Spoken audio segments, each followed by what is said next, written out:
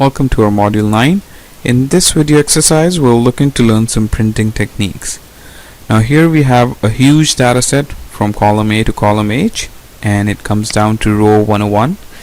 Now let me show you how big this data set is. Now the shortcut key to go down or to the bottom of this table is Control End, and to go back to the top of this table again it's Control Home. Now to print this data, I'm gonna go to File, and then I'm gonna go to Print, and here it's telling me what area it will print for me. Now if you notice here that we have columns, but not all the columns are fitting in the first page or even the second page. So basically we need to change that because we want our columns to be on the one page. If we see now, this rank, company name, global sales, this is our title, and if we go back on the file and print again, and if we go on the second page, the titles are not there. I want the titles to show there as well. So I'm gonna go back, and from here I'll go to page layout, and then I'm going to select print titles.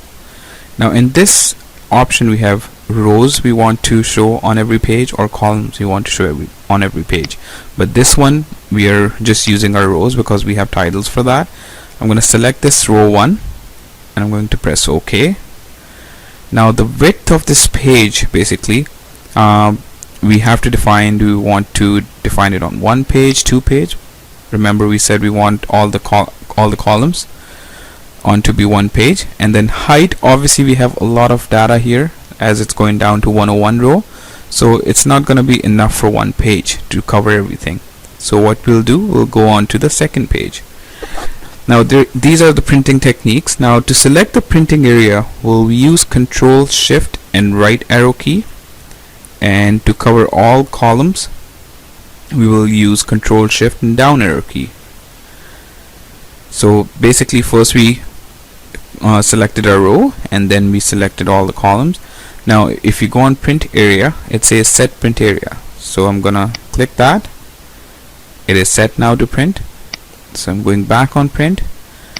If you notice here, the first page is showing me the titles, and if I go on to the next page, it's showing me titles as well.